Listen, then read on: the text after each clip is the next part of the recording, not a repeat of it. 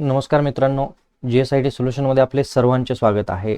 मित्रांनो, तुम्ही MPSC, UPSC किंवा बॉम्बे हायकोर्टच्या भरतीची तयारी करत असाल तर तुमच्यासाठी अतिशय महत्त्वाचे 28 मार्च 2026चे चालू घडामोडी आणि सामान्य ज्ञानाची प्रश्न मालिकेतील पहिला प्रश्न तुमच्या समोर आहे. PLI स्कीमचा मुख्य उद्देश काय आहे?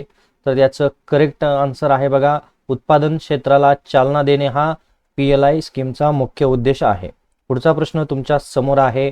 भारतात वन नेशन वन इलेक्शन संदर्भातील कोणती समिती स्थापन करण्यात आलेली आहे? आणि याचं करेक्ट आन्सर बघा, रामनाथ कोविंद समिती यासाठी स्थापन करण्यात आलेली आहे वन नेशन वन इलेक्शन. पुढचा प्रश्न तुमच्या समोर आहे. भारतातील नवीन फौजदारी कायदे कोणत्या वर्षी लागू झाले? बघा, इथं फौजदारी कायद्यांविषयी विचारलेला आहे. तर करेक्ट आन्सर आहे 2024 साली फौजदारी कायदे जे आहेत ते लागू करण्यात आलेले आहेत. पुढचा प्रश्न तुमच्या समोर आहे. पोषण अभियान हा उपक्रम कशाशी संबंधित आहे? पोषण अभियान हा उपक्रम पोषण व बाल आरोग्य याच्याशी संबंधित आहे. पोषण अभियान आलं का लक्षात? चला, पुढचा प्रश्न तुमच्या समोर आहे. International day of zero waste कोणत्या दिवशी साजरा केला जातो?